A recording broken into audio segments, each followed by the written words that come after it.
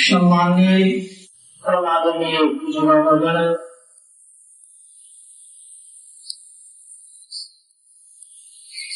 सत्संग और प्रसाद में उपस्थित हमारे 15 दिन से लगातार संचालन का भार उठाए हुए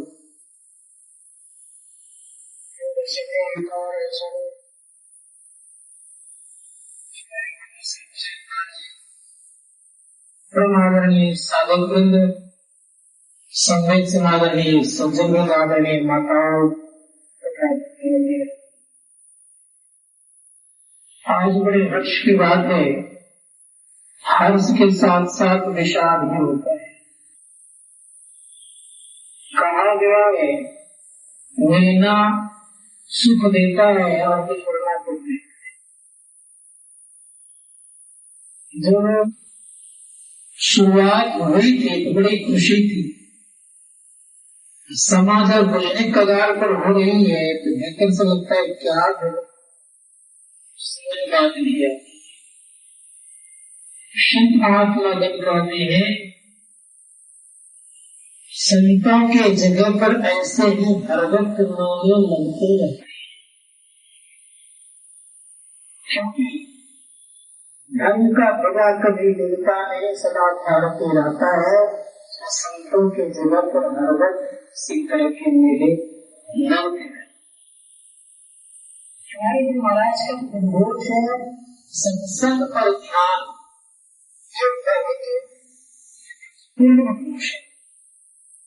जिनके जीवन में सत्संग और ध्यान होता है, इतना तो देखने का मौका जरूर मिला है जीवन में। सुने सुनाए तो बहुत सुने अपना हूँ, कुछ देखने का मौका भी मिला है। तो क्या मिला है? मैंने ये देखा अवश्य आंखों से, जिनके माँ अपाहिज, पुत्र बड़े छोटे, बहुत छोटे,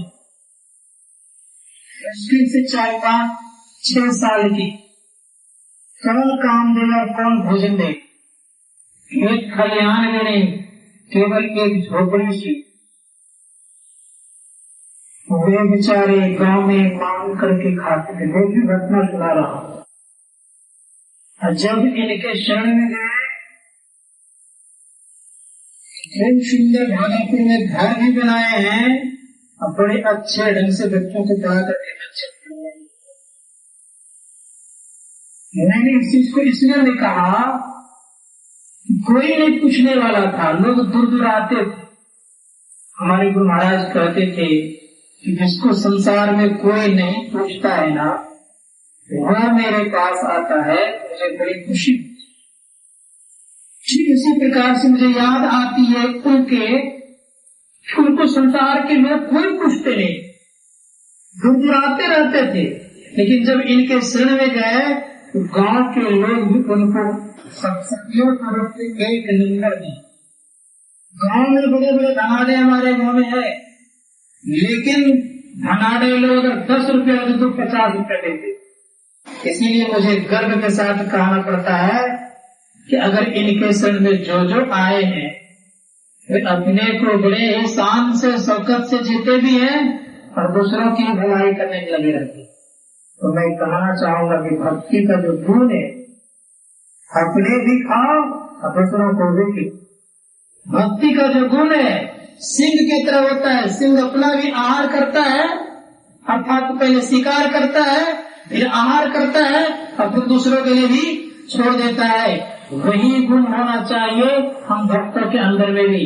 अपने भी कमाएं, खाएं भी, दूसरों को खिलाने का प्रथा बना कर रखें।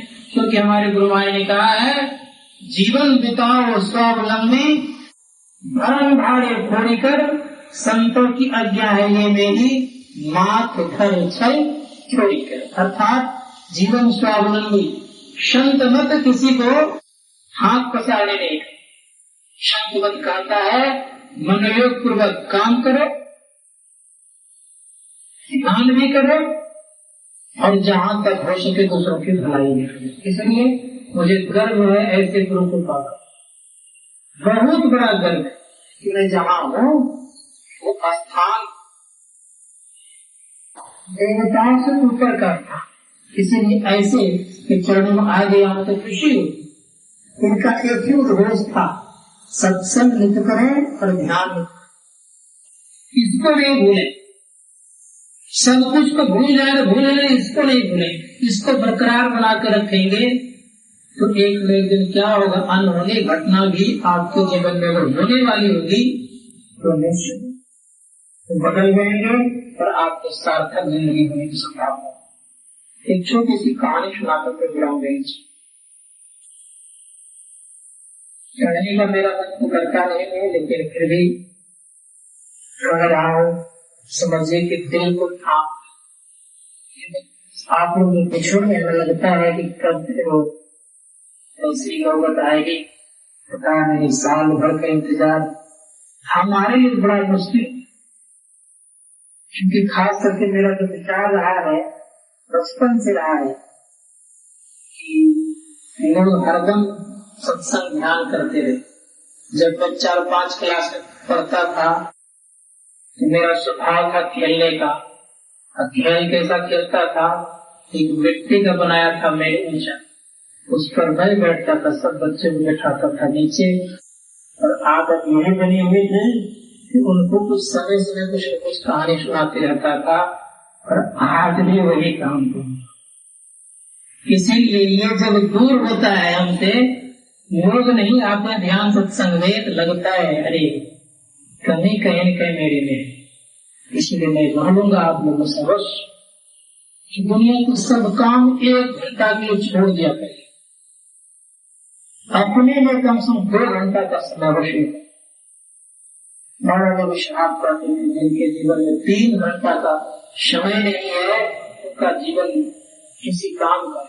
इसलिए अपने लिए 3, बाकी घंटे तो आपका संसार।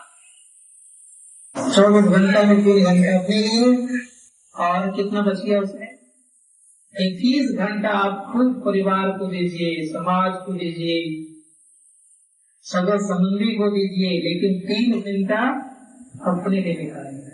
जो 3 घंटा अपने निकाल लेते हैं उनको चित्र बनाते बता। एक बार एक कीड़ा ने नाले में पड़ा हुआ था, उसने कहा हम लोग क्या हुआ, तो नाले का कीड़ा संजोग से उसकी एक दोस्त थे बड़ा सुंदर, उसने कहा कि तुम ऐसा क्यों बोलते, खाली कौन पूछे, नाला का कीड़ा। उसने किया कि उस कीड़ा को उठाया मुंह से और पुष्प बजाकर माली आया, उसको तोड़ा, डाले में भरा, मंदिर ले गया, गाड़ी में उसको चढ़ा दिया और वो जो चढ़ा के पुष्प पर बिठाया था तो चले गए अपने काम करने। शाम तक वो मंदिर में चढ़ा रहा। संध्या होते ही फूल को उठा करके बड़े प्रेम से क्या किया, तो बगल गंगा नदी थी उसे तब वो फूल पर जो चढ़ाया था कीड़ा वो आ गया खोजते खोजते कि मित्र कब से यहाँ पड़ा होगा, जाके एक बार देखें। तो देखने के लिए जब वो गया तो देखता क्या है कि है ही नहीं। तो उसको याद होती थी वो नदी में तो फेंका हो, अब नदी में जैसे गया तो वहां भी फूल सब क्या कर मित्र को खोजते खोजते खोजते कुछ दूर में जाकर के वो नया नदी में बहते जा रहा था। हाँ मित्र तुम यहाँ आ गए, तुम्हें बहुत कष्ट हो गया। तो मित्र कहता है कि कष्ट नहीं मित्र, इतना तुमने सुख दिया क्योंकि जीवन में कभी मुझे गंगा जी का नसीब नहीं होता, जीवन में कभी मंदिर का नसीब नहीं होता, वो काम तुमने करा दिया है, इससे बड़ा और सुख क्या। तो हमारे गुरु महाराज जो हैं, जो कि जिनको संसार में कोई नहीं पूछने वाले, उनको भी मंदिर में नहीं, हिंदू रूपी गंगा जल में और नाद रूपी समुद्र में मिलाने का काम करते हैं और एक दिन परमात्मा मिलाने का काम करते हैं। इसलिए सदैव याद रखिएगा, इन दो का सहारा अवश्य लीजिएगा। क्या क्या क्या क्या बोली? मैंने कहा कि दो का सहारा, सत्संग में दो का सहारा क्या क्या है? बिंदु और नाद का। इनसे बढ़कर संसार में ना कोई पूजा है, ना कोई पाठ है, ना कोई व्रत है, ना कोई धर्म है, ना और कुछ है। इसलिए इन दोनों को जब धारण कर लीजिएगा तो सबसे बड़े पुजारी कहलाइएगा, सबसे बड़े अपने आप को भक्त मानिएगा, क्योंकि इसके अलावा संसार में परमात्मा तक पहुंचाने वाला और कोई मार्ग नहीं है। इसलिए मनोयोग पूर्वक इसको अपना के रखिएगा, यही आपको एक दिन राम से मिला देगा। अगर ये नहीं रहेगा तो गोस्वामी जी महाराज को राम तो मिला था कहाँ? चित्रकूट के घाट में तुलसीदास जी बड़े प्रेम से चंदन घिस रहे थे, लेकिन कहा क्या? तुलसीदास चंदन घिसे तिलक ले रघुवीर, लेकिन पहचान नहीं कर पाए। जब उन्होंने ध्यान किया तब उन्होंने कहा कि अब मैं जान गया। क्या कहा? उसके पहले क्या कहा उन्होंने कहा पहले स्पष्ट रूप से यह अस कछु समुझी पर बुराया। पहले तो नहीं समझता था, क्योंकि बहुत मोटा दिमाग था, पढ़े लिखे थे ही, बहुत विद्वान थे, लेकिन पढ़ने लिखने से ग्रंथि नहीं खुलती। याद रख, ग्रंथि कब खुलेगी? जड़ चेतन की ध्यान करने से। इसलिए ध्यान का महत्व प्रत्येक लोग दें, हर एक लोग ध्यान करें। विद्यार्थी ध्यान करेगा तो मैं निश्चित कहता हूँ उसके मस्तिष्क तेज होंगे। घर के लोग ध्यान करेंगे तो जो काम जीवन में कभी नहीं होता है वो काम भी आपका होगा। लेकिन मनोयोग पूर्वक ध्यान करेंगे तब। ध्यान शब्द के संबंध में एक बहुत बड़े विद्वान ने कहा है, उन्होंने स्पष्ट रूप से कहा है कि जो ध्यान करता है वह व्यक्ति एक दिन भगवान को प्राप्त करता है, भगवान को प्रकट करता है। और उन्होंने अंतिम बात कही है, किसी ने जिस व्यक्ति को कहते हैं आइंस्टीन को जीनियस कहते थे लोग, दुनिया में सबसे जीनियस सब समझते हैं ना, सबसे तेज दिमाग वाले। उसी आइंस्टीन ने कहा था, अपने पुस्तक में पढ़िएगा, उन्होंने स्पष्ट कहा है कि इस बार जब मैं जन्म लूंगा मैं खोज खाज नहीं करूंगा। क्या करूंगा तब? उन्होंने कहा कि इस बार जब मैं जन्म लूंगा तो अपने आप खोजने के ध्यान पर। एक वैज्ञानिक कह सकते, विज्ञान को माने वाले वैज्ञानिक कह सकते कि अपने आप को खोजो। हम आपको कौन सा विज्ञान दिया गया? लोग रोज गाते हैं, भजन में नहीं गाते हैं। परम वैज्ञानिक सदगुरु हो जाता है नहीं। तो परम वैज्ञानिक हमारे गुरु महाराज हैं। एक होता है वैज्ञानिक और दूसरा होता है परम वैज्ञानिक। तो परम वैज्ञानिक के पास कौन सा खोजना चाहिए? परम वैज्ञानिक वाला नहीं।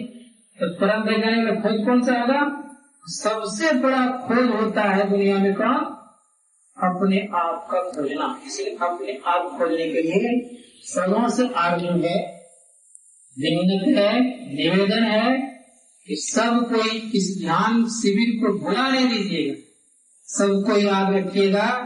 जाके घर में जरूर अभ्यास, इसका एकदम याद रखिएगा, जरूर अभ्यास कीजिएगा। और शाल में जो होता है जरूर आइएगा, दोनों बात अभी करे। निमंत्रण भी रहा हूँ और करने के लिए कर रहा है, तो विशेष में नहीं कुछ करके एकाग्र कितना कहूँगा। सबों से आरजू निवेदन है कि सब कोई ध्यानाभ्यास आइएगा भी और सबको बढ़ करके ध्यानाभ्यास करेंगे। ये बहुत बड़ी चीज है जीवन में और इसको पाने का प्रयास करें। बड़ी प्रेम से स्नेह